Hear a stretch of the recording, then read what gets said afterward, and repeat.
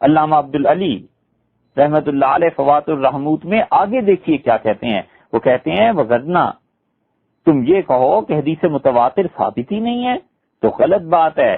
رسول اللہ صلی اللہ علیہ وسلم نے اپنے پاؤں پہ موزے پہنے چمڑے کے اور ان پر مسح کیا، یہ متواتر روایت ہے. رواہ 70 صحابی جن، 70 صحابہ رضی اللہ عنہ نے کہا ہے کہ ہم نے دیکھا رسول اللہ صلی اللہ علیہ وسلم نے چمڑے کے موزوں پر مسح کیا ہے. تو وہ کہتے ہیں یہ 70 صحابہ رضی اللہ عنہ جو روایت کر رہے ہیں یہ متواتر نہیں ہے تو اور کیا ہے؟ کیا یہ 70 آدمی جھوٹ پہ جمع ہو گئے تھے؟ یہ ہے وہ متواتر جس کو ہم کہہ رہے ہیں اس کا انکار کفر ہے. اور حسن بصری رحمت اللہ علیہ نے یہ کہا کہ 70 صحابہ رضی اللہ عنہ کی روایت مجھ تک پہنچی ہے. اور فتح القدیر ہدایہ کی شرح اگر آپ اٹھا کر دیکھیں تو انہوں نے ان صحابہ رضی اللہ عنہ کے ناموں کی فہرست دی ہے. اور امام ابو حنیفہ رحمت اللہ علیہ نے کہا کہ میں کبھی بھی چمڑے پر موزوں پر مسح کرنے کی اجازت نہ دیتا، مگر میرے پاس اتنے صحابہ رضی اللہ عنہ کے فتوے آئے ہیں، اتنے کہ جیسے سورج کی روشنی ہوتی ہے، چڑھا ہوا سورج ہوتا ہے، اتنے زیادہ لوگ تھے جو جھوٹ نہیں بول سکتے. کیوں؟ اس لیے کہ سب نے ایک بات مشترک بیان کیا ہے، الفاظ ان کے الگ الگ ہیں. ایک آدمی نے کہا میں نے رسول اللہ صلی اللہ علیہ وسلم کو دیکھا چمڑے کے موزوں پر مسح کر رہے تھے. ایک آدمی نے کہا رسول اللہ صلی اللہ علیہ وسلم مسح کیا کرتے تھے. دونوں میں فرق ہو گیا نا. ایک کہتا ہے میں نے خود دیکھا، دوسرا کہتا ہے کیا کرتے تھے. تیسرے صحابی رضی اللہ عنہ کہتے ہیں کہ مجھے فلاں صحابی رضی اللہ عنہ نے کہا کہ رسول اللہ صلی اللہ علیہ وسلم نے وہاں چمڑے کے موزوں پر مسح فرمایا تھا. تو صحابہ رضی اللہ عنہ تو سارے سچے تھے، کوئی جھوٹ تھوڑے ہی بولتے تھے کہ ایک نے دوسرے سے جھوٹ کہہ دیا. امام ابو حنیفہ رحمۃ اللہ علیہ فرمایا اتنے تواتر سے یہ خبر مجھ تک پہنچی ہے کہ جیسے چڑھا ہوا سورج ہوتا ہے اس طرح. تو مجھے ڈر لگا اخاف الکفر علی من انکرہ، کہ جو کوئی آدمی موضوعوں پر مسح سے انکار کرے گا تو مجھے ڈر لگا کہ کہیں کافر ہی نہ ہو جائے. یہ ہے وہ نقطہ جس پہ ہم پکڑنا چاہتے ہیں کہ کیوں امام صاحب رحمت اللہ علیہ نے کہا کہ وہ کافر ہی نہ ہو جائے. کیا وجہ ہے؟ وجہ اس کی صاف ظاہر ہے کہ اگر وہ کہتا ہے کہ رسول اللہ صلی اللہ علیہ وسلم ایسے نہیں کیا تو 70 صحابہ کرام رضی اللہ عنہ کو وہ جھوٹا قرار دیتا ہے.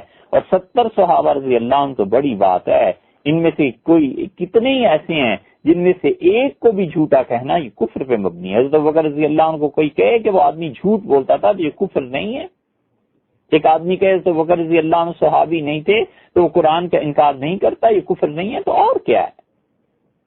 امام احمد بن حنبل رحمۃ اللہ علیہ کہتے ہیں کہ رسول اللہ صلی اللہ علیہ وسلم، یہ تیسری دلیل ہم دے رہے ہیں حدیث متواتر کی، کہ نبی کریم صلی اللہ علیہ وسلم فرمایا جن ایڑیوں کو وضو کا پانی تر نہ کرے ان کے لیے جہنم کی آگ ہے. امام احمد بن حنبل رحمۃ اللہ علیہ نے کہا 12 صحابہ رضی اللہ عنہ اس کے راوی ہیں، اور ان 12 میں سے اکثر وہ ہیں جو بیعت رضوان میں رسول اللہ صلی اللہ علیہ وسلم کے دست مبارک پہ بیعت کر چکے.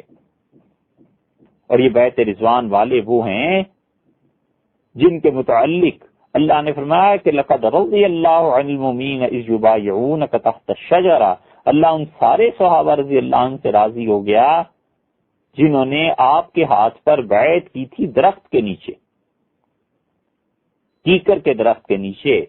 حدیبیہ میں بیعت ہوئی رسول اللہ صلی اللہ علیہ وسلم کی، جتنے صحابہ رضی اللہ عنہ نے بیعت کی تھی اللہ نے فرمایا میں سب سے راضی ہو گیا. اب ان میں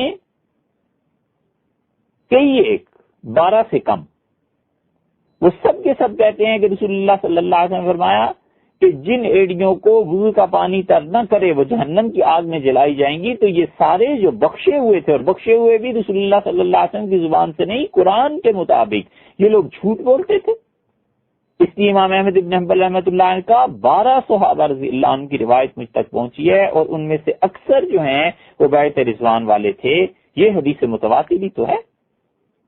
اس لیے یہ کہنا کہ ایک یا دو سے زیادہ احادیث متواتر نہیں ہیں، وہ اس معنی میں تو ہو سکتا ہے کہ چلو ہر ایک کے لفظ دوسرے کے الفاظ سے نہیں ملتے، لیکن جو اس سے ہمیں کامن چیز حاصل ہوتی ہے اس کا انکار کفر ہے، اور اس کا انکار نہ ابن صلاح نے کیا ہے، نہ حضرت سید سلیمان ندوی رحمۃ اللہ نے کیا ہے، بلکہ غالباً حضرت سید صاحب رحمۃ اللہ علیہ کی مراد وہی ہوگی جو ابن صلاح کی تھی کہ ہر لفظ کے بارے میں دعویٰ تو نہیں کیا جا سکتا، لیکن اس سے جو کامن تھنگ حاصل ہوتی ہے، قدر مشترک حاصل ہوتی ہے، اس کا ہم انکار نہیں کر سکتے۔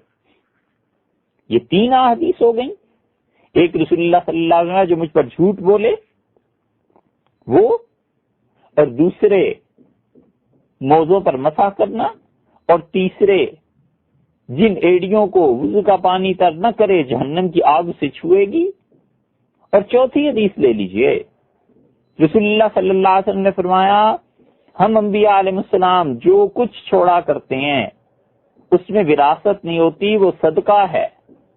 یہ حدیث متواتر ہے، حضرت ابوبکر رضی اللہ عنہ نے سارے صحابہ رضی اللہ عنہ کے سامنے بیان کی ہے، کسی ایک نے اٹھ کے نہیں کہا کہ ابوبکر رضی اللہ عنہ معاذ اللہ جھوٹ بولتے ہیں۔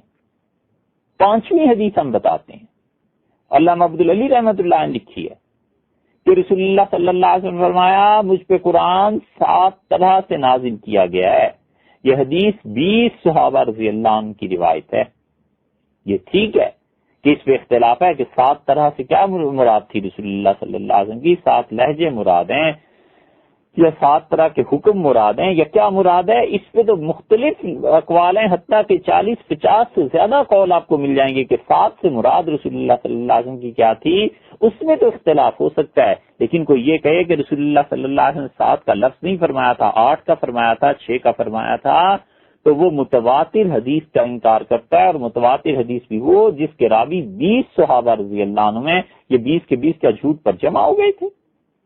ابن جوزی رحمۃ اللہ علیہ وہ کہتے ہیں میں نے احادیث کو پڑھا اور میں پھر اس تلاش میں لگ گیا کہ احادیث متواتر ہیں یا نہیں، تو پھر مجھے پتا چلا کہ نبی کریم صلی اللہ علیہ وسلم کی شفاعت کی احادیث متواتر ہیں۔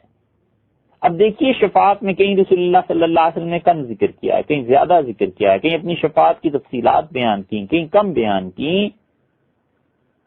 تو ایک آدمی کہتا ہے جی حدیثوں میں اتنا اختلاف ہے، میں سرے سے شفاعت ہی کو نہیں مانتا، تو ارے بھائی ان ساری احادیث سے اتنا تو پتا چلتا ہے نا کہ شفاعت قیامت میں ہوگی، تو جب تم اس کامن تھنگ کا اقرار کرو گے جو مفاد ہمیں ساری احادیث سے حاصل ہو رہا ہے، جو تم اس کا انکار کرو گے تو یہ کفر ہو جائے گا، کیونکہ اتنے لوگوں نے اس کی روایت کی ہے، اتنے لوگوں نے روایت کیا ہے، یہ لوگ جھوٹ نہیں بولتے تھے۔ پھر ابن جوزی کہتے ہیں، 7ویں مثال دے لیجئے حدیث متواتر کی، ابن جوزی رحمۃ اللہ علیہ کہتے ہیں کہ حساب قیامت میں ہوگا، اس کی احادیث متواتر ہیں۔ پھر 8ویں مثال انہوں نے دی ہے کہ اللہ تعالیٰ کو قیامت میں دیکھنا، اس کی احادیث متواتر ہیں۔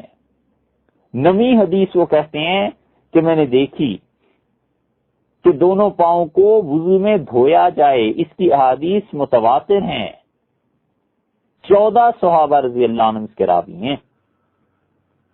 اور پھر انہوں نے کہا کہ قبر میں عذاب ہونے کی حدیث متواتر ہیں، اس لیے جو لوگ قبر کے عذاب کا انکار کرتے ہیں اور آج کل کتابیں لکھ رہے ہیں، انہیں چاہیے کہ وہ براہ کرم غور کریں، اپنے موقف پر غور کریں۔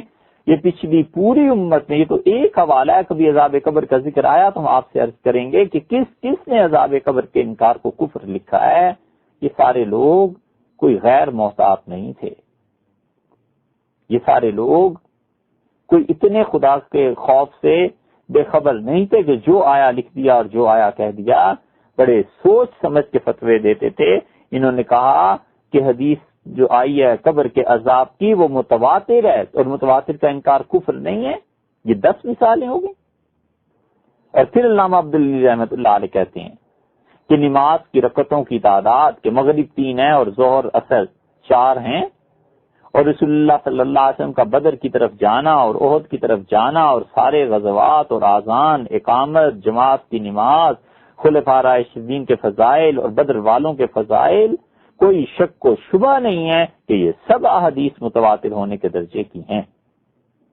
اور رسول اللہ صلی اللہ علیہ وسلم کا یہ کہنا کہ میری امت گمراہی پر جمع نہیں ہو سکتی، اس کے بھی معنی متواتر ہیں۔ اور رسول اللہ صلی اللہ علیہ وسلم کے حوض کوثر اور مغفرت اور قیامت میں شفاعت، یہ ساری کی ساری 23 مثالیں ان کی دی ہیں انہوں نے، اور نے کہا یہ سب احادیث متواتر ہیں۔ اور ایک حدیث جو حضرت نے ذکر نہیں کی، ایک کیا کہی ایک نہیں کی، سیدنا مسیح علیہ الصلوۃ والسلام کے آنے کا کہ قیامت کے قرب میں وہ نازل ہوں گے، یہ حدیث متواتر سے ثابت ہے۔ یہ 24ویں مثال ہم پیش کر رہے ہیں کہ اگر ان کا انکار کر دیا جائے اور کوئی آدمی کہے کہ سیدنا مسیح علیہ الصلوۃ والسلام کا آنا ثابت ہی نہیں ہے، اور وہ کہتے ہیں لکھتے ہیں کہ جی قرآن تو اس بارے میں نہ ہاں کرتا ہے نہ کرتا ہے، تو اچھا بھائی چلو فرض کر لو قرآن ہاں نہ کچھ نہیں کرتا، یہ حدیث متواتر ہے یا نہیں؟